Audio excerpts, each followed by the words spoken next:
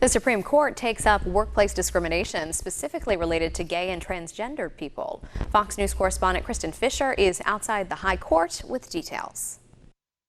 Go home, homophobes! Go home, homophobes! Activists rally at the Supreme Court ahead of what could be a landmark decision on gay and transgender rights.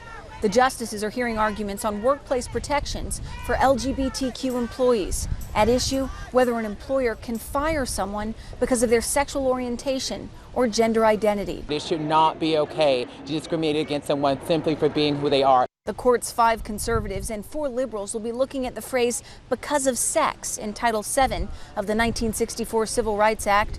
One of the cases involves a New York State funeral home which fired an employee following gender reassignment surgery. Title VII is a promise that women will not be treated worse than men and men will not be treated worse than women.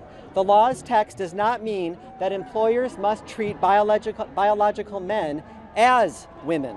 During Tuesday's arguments, Justice Neil Gorsuch reportedly asked whether an issue with, quote, massive social upheaval should be a topic for Congress, while Justice Sotomayor asked if the court should continue to permit discrimination.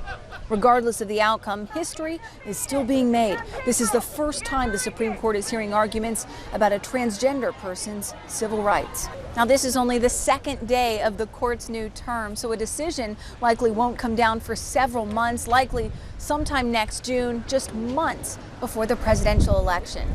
At the Supreme Court, Kristen Fisher, Fox News.